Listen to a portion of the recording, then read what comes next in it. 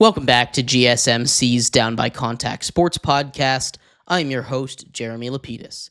If you were just tuning in, we just finished going over the first 8 games in tomorrow's Friday slate of the round of 64.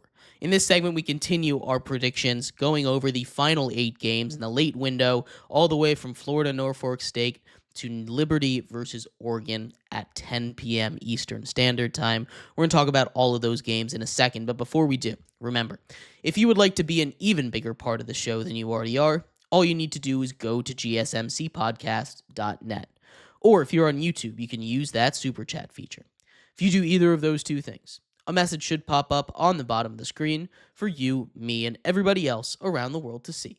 If you do have a burning question about sports, anything at all that you would like to ask, go ahead and throw that in the comments. Throw it in the chat. I will get to it as soon as I possibly can. I appreciate everybody so much for sticking around, talking some sports with me here on a beautiful Thursday, March 20th. But like I was saying, we are going to get into our next set of games, the Friday March Madness games, the back 8 of them, starting off with another 16 versus 1, this time Norfolk State taking on Florida. Florida is a near-perfect team. They've got the offense. They've got the defense. They've got everything you could possibly want out of a contender. They won the SEC tournament. They go out there. They get a number 1 seed. They are dangerous, very dangerous. They have the depth as well. Norfolk State, a 16 seed, has some tournament experience. They keep getting in after winning their conference, but they're just not going to stand much of a chance. The 29-point spread says it all. Florida going to absolutely dominate this one. Troy, the 14 seed out of the Sun Belt, taking on Kentucky, the 3 seed. This one I think is actually going to be really interesting. Kentucky is a great team this year, but they've had their struggles. I know that was with Coach Cal. He moves over to Arkansas, who is a 10 seed in our tournament playing today, but Kentucky still has a little bit of that stink on them. They have a new coach. Maybe that'll change. But I think Troy is a feisty team. The Sun Belt puts out some solid teams, not teams that are going to go out and win, but we saw James Madison last year take down Wisconsin in the first round as a 12 seed. We've seen the Sun Belt representative play teams tough the last couple of seasons, and I don't really think that's going to necessarily be any different this year. I think at the end of the day, Kentucky's still going to win this game, but it's not going to be as comfortable as people think. I don't think this Kentucky team is as dangerous as people think it is. I still think they win this game, though. Take down Troy, maybe not by 11.5 points, though. Then we have a 10-7 and a really interesting 10-7 as New Mexico takes on Marquette. Marquette ranked in the top near the top of college basketball for a very long time. They've got one of the best players in the tournament. They're favored by 3.5 in this one. New Mexico also very good. They have another one of those players that should be a guy to watch for the NBA draft. This game is going to be an absolute dogfight. It's going to be a tight game. I think at the end of the day, I'm going to cede more towards the team with tournament experience. I know New Mexico and Marquette both made it last year, but I think at the end of the day, the Golden Eagles are just a little bit more prepared for the tournament, prepared for the spotlight, and I really do like this Marquette team. They've shown up in March the last couple seasons. I don't know why that's going to change now. I'm going with Marquette to take down New Mexico in a really, really tight one. Then we have Akron, a 13 seed taking on the 4 seed Arizona. That's a 14.5 point spread. That is way, way too many points for an Arizona team that is just super inconsistent. This is an Arizona squad that, yes, while they are very good, while they do have any given stretch, they can shoot 400% from the field, 800% from 3, where they just simply don't miss. They also go in modes and stretches where they don't score, and that's a very dangerous team. It's a dangerous thing against an Akron Zips team that is equally as deadly from 3. They can go on runs of their own. Arizona, I still think, is going to be able to pull this one out. They've been playing great basketball as of late, which is why they were able to go and secure a 4 seed, but it's just not consistent enough for me to truly believe in them deep into the tournament.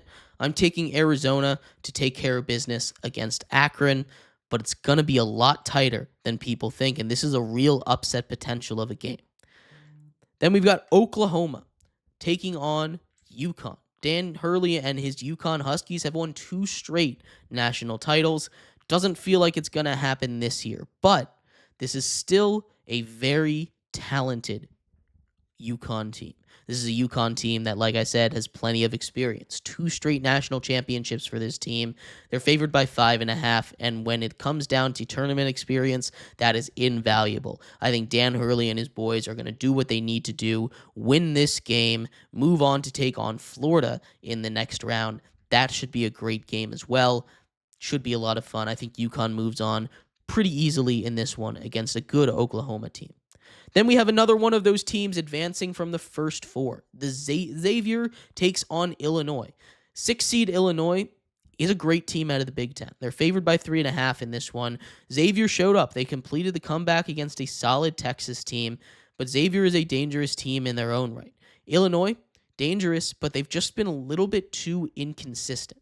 When you want to talk about a tournament team that wins the games, it's not ones that are going to be up and down. It's one that are consistently great, which is why we're talking about the UConn teams of last year, a team that just disposed of every single person, every single team that got in their way on their way to a second national title in a row.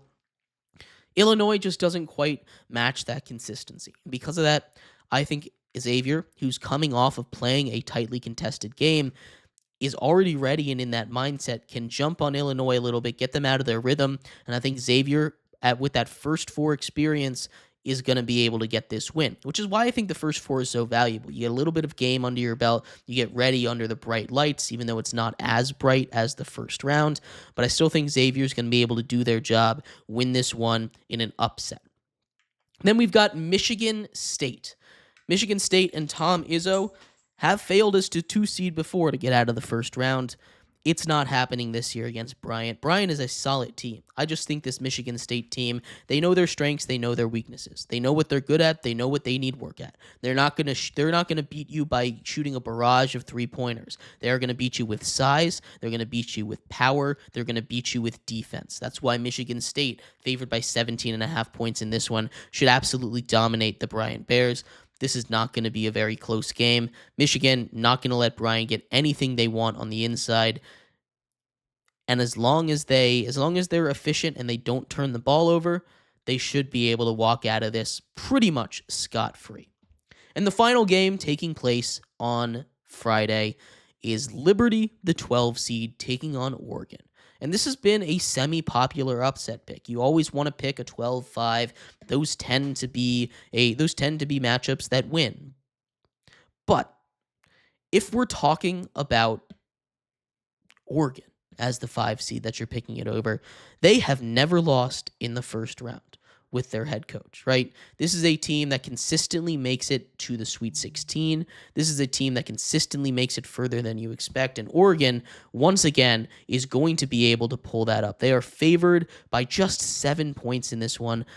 Liberty's a good team. They're a good team. There's no doubt about that. And this is going to be a tight one. But I just don't see a way that Liberty is the one that ends that streak. Oregon has been incredibly consistent in March, and I don't see a way that that stops now. I love this Oregon Ducks team. They're a team that I think could make a run to the Final Four, a run to the Sweet 16, taking out presumably Arizona in the next round. It's going to be a very, very good game, but I think Oregon takes care of business against Liberty, continues their streak of not losing in the first round. But I'd love to hear your thoughts. Again, the late Friday games, I got Florida over Norfolk State, Kentucky over Troy, Marquette over New Mexico, Arizona over Akron, UConn over Oklahoma, Xavier over Illinois, Michigan State over Bryant, and Oregon over Liberty. I know not too many upsets, but this year's bracket I feel like is going to be incredibly chalk. But I'd love to hear your thoughts. Let me know what you think. We're going to take a quick break. When we come back, we turn our attention over to baseball.